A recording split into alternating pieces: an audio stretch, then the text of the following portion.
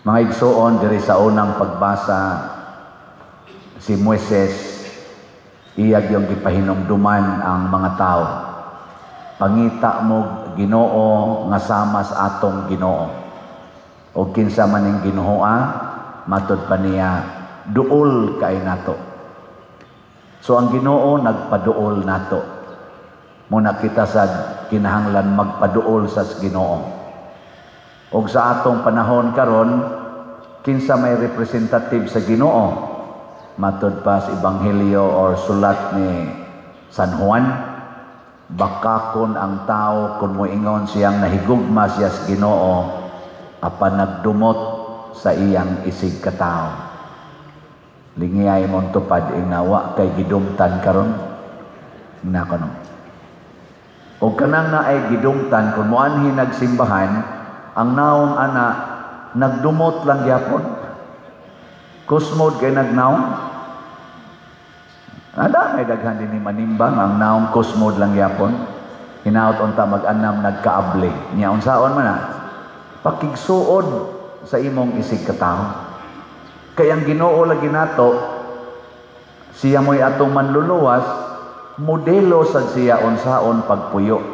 Ug mao nay gipuy-an sa mga santos ug gisangyaw nila labi na gyud sa mga nanag-una nga mga santos nga nahimong inila sama ni Santo Domingo.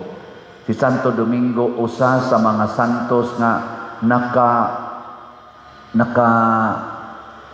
pundok, nakapahiusa sa katawhan bisan paglain-lain ang ilang mga bulok, lain-lain ang ilang mga pagtulunan. Bisag lain-lain pa sila beliefs.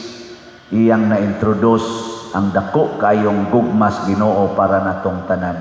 Muna dinhi moingon jud ko manimba gani, bisag asa pa mo musimbang simbahana, sikit yun, sikit. Ay mo pagpinarihaan ng iro, kay kanang iro, di man gina mo simba. O na, ayaw lang sa ninyong bugawa. Kay maliwat sa mos iro. Ang ato na lang buhaton, ni amang ko'y mga sinaligan din ato lang yung ipalayo ka ng mga iro, mga iring gikan sa atong public places. Nang tabangi ko ninyo, anak. Nakaron, unsa may atong buhaton, aron maliwat tas Ginoo, maliwat tas mga santos, matod pa ni Kristo, sunod mo nako, kinahanglan mahimo mong akong tinun-an. Nga, mag-asa ta mo kopyag batasan, di ba? Adto kita mo kopya sa nagdaan nato padung sa langit. May laing daan padung sa langit ang Ginoo raman. Nakaron unsaon man pagkopya, matod pa ni Kristo, ang mosunod nako kinahanglang biyaan niya ang iyang kaugalingon. Mahimo ka na. Unsaon pagsunod sa Ginoo niya biyaan ang kaugalingon, mahibilin ang imong kaugalingon. Unsa pasabot anis Ginoo nga dili nato higugmaon ang atong kaugalingon, ang atong kaugalingong gusto. Pero na mo suod mo dinhi simbahan, kamoy magbuot asa mo lingkod. Imo nang kaugalingon imong gisunod. Pero inig-ingon sa pari nga anhita dinhi mo lingkod or naatay butang na to, doon natay role din nga anhita mo lingkod. Kuhaa dayon ang imong gusto. Tubana ang gusto sa katilingban, ang gusto sa simbahan. Pranang naakay personal na mga hayop, mga pet, sama ng iro, iring. Nya, ganahan kay kamudada, imo pag yung sininaan. Nya, imo da yung dadon diha sa publiko. Kung mo ingon gani ang authority sa maong public place, sama aning simbahan na wa lang kitay i-allow dinhing mga iro, mga iring, sunda dayon, bahala nang murag supak sa imong kabubuton. Kaya nga naman, ang imong kaugalingon, ubos ra na siyag dignidad kaysa community. Mo na'y gustong ipasabot ni Kristo. Unaha pagsunod ang katilingbanon. Dili ang imong personal nga gusto. Pero mo insister ka ana Nya nagpuyo kas katilingban sama aning simbahan, tawgo na kaog. Unsa may? Unsay tawag nimo? Masinupakon. O kinsa man ang masinupakon? Ang demonyo. Kauban sila dito sa langit sa una. Ang demonyo kana si Satanas tagalangit na. Lucifer ang anak niya, bearer of light. Ni supak sa Ginoo. Pag supak sa Ginoo nahimong Satanas, angel of darkness. O gilabay nga his kalibutan og hangtod karon ni asya dinhi naas inyong tupad maunang ikaw gahis kago. Inig-ingon sa Ginoo, ako na ning butangag uban imong buhok, kuluran kay ibalik itong natural, di gyud mo dawat. Muingon ang Ginoo nga mao na ni imong kilay, kiskison unya badlisan kay ako yung gusto mo akong matuman, giyawaan ka. Oh, di ba? Ana ba nagyaw-yaw na nanasad. Ang magdi na to balik-balikon ang mga timaan. Nanglitan sad karon ako pare na ako'y nainlaban din heron sa inyong community. May mga gwapa ra ba mo dinhig mga gwapo sad. Adi man ko mainlove og gwapo, gwapa may ako. Okay. Laki man ko nya madri pa gyud.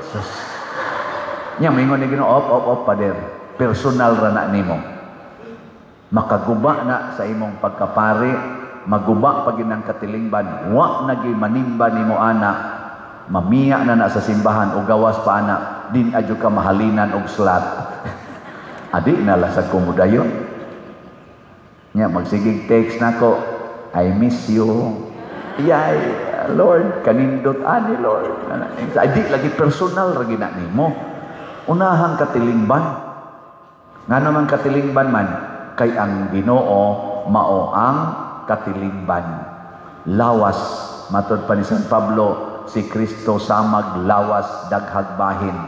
Mao na ang simbahan, mao gyud na ang representative ni Kristo. Sundo nato ang simbahan. Ana, bahala nagmaghilak ta.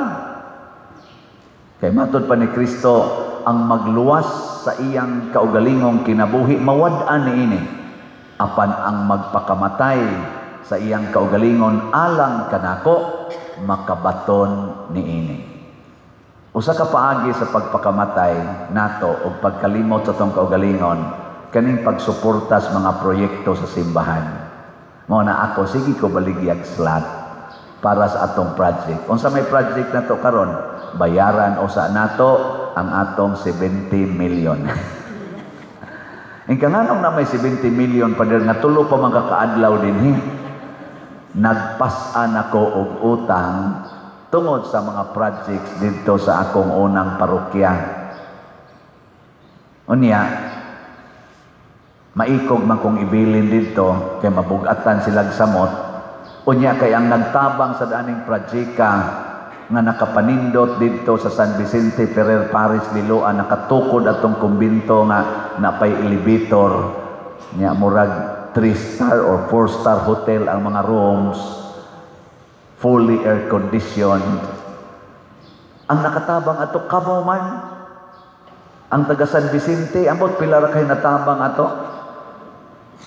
Sa gasto na mo dito nga 105 million atong kumbinto, ang 80 to 85% ana, gikan ninyong tanan nga nagsunod nako, labi na gyud mga online parishioners, nakaapil sad mo dinhi taga Compostela, dugay na sad ang pipila ninyo nga nagsigig palit og slot dito for the benefit of San Vicente Ferrer Paris Liloan. Ning kadili na unfair pa der sa ako nang gikaingon, ang simbahan usara kay lawas man na ni Kristo. Ang lawas nagkabahin-bahin ba, nagkalagyo ba? Waoy, naghiusa mo na kini mo simba ta, ekspresyon ni kana akong ingon nimo nga sikit gyud, ayaw pagdistansya sa imong tupad or sa imong kaubas pagsimba, ekspresyon na nga nagkahiusa ta. Kalisod sad ang akong kamot nga tuwa sa sakristi. Nya ni ako dinhi, unsa man na? Pwede di na. Pwede dili. Pwede oy. Unsa man? Putlon. Unya, ang sawa maikaputol, mabalik pa, di na. Mo na ingos Kristo, mawad-a na kas imong kinabuhi. O nganong dili man ka musikit sa imong kauban, kay imo mang i-preserve ang imong gusto, mawad-a na nung kas imong kinabuhi. Mo na kanang asawa nga di musikit sa bana, mawad-an ginagbana. Nga naman, doon lang may musikit lain. Kanasang bana nga di isad musikit sa asawa, sooner or later, mawadan yung kag-asawa. Ang mga kasakit nato nga bation, tungod og alang sa kaayuhan sa community for the justice, fairness, peace, and unity, atong buhaton, bahalag masakitan ta. Naidaghang panahon nga masakitan kita para sa kaayuhan sa community. Sama karon nasakitan ang Congress kay katong nagpropose ba sa impeachment sa Vice President. Wa naman, patay naman ang impeachment. Gipatay sa Supreme Court, gipatay sa Senate. Nagkausa man ang Senate o ang Supreme Court. Sakit. Pero para mas kaayuhan sa tanan kay unconstitutional, invalid from the beginning. Kung wa na'y balaod nga gitawag na tog supreme law nga mao ang atong constitution, nga ang supreme interpreter mausad ang Supreme Court, ug di na nato tahoron tungod lang kay nasakitan ta, unsay mahitabo sa atong nasod. Og salamat kay ang Senate ni-insist, bisan pagdaghan mga congressmen o ambot nganong naingon ana na sila, maglagot man sila. Amo lagi kay nasakitan. Lingiyay mong tupad. Ing na okay ra kag pasakitan. Ing na kano, ina yung tupad ba na okay ra kag pasakitan. Ing na. Wa gyud mo lingi. Kamong nilingi, congratulations. Sakitan gyud mo. Nya kanira bang pasakitan ta, mao sa din na kanindot ha? Og mudawat sa kang masakitan ka, nya mo padayon lang gyud kas imong buhat nga Dios nun, tagaan sa kag reward. Tagaan kag dakong kalipay. Mo na ingos Kristo makabaton sad mo kinabuhing way katapusan. Unsa man ang kinabuhing way katapusan? Usas mga meaning ana, kalipay nga way katapusan. Kay kanang kinabuhi mga igsoon nga hisgutan sa Biblia, duhay meaning ana, kinabuhi. Happiness or existence. Happiness o existence. Kanang bang maginhawa ka ba? Mo na existence. Ang happiness, kanang lipay ka. Naidaghan nga ni-exist, pero murag patay. Kay wa na'y kalipay. Di ba? Lingay mong tupad karon taon-taon. Ay, sa karon. Ay, sa karon. Karon taon-taon. Lingi, di ba? Naadihe rin magtatir. Maganan.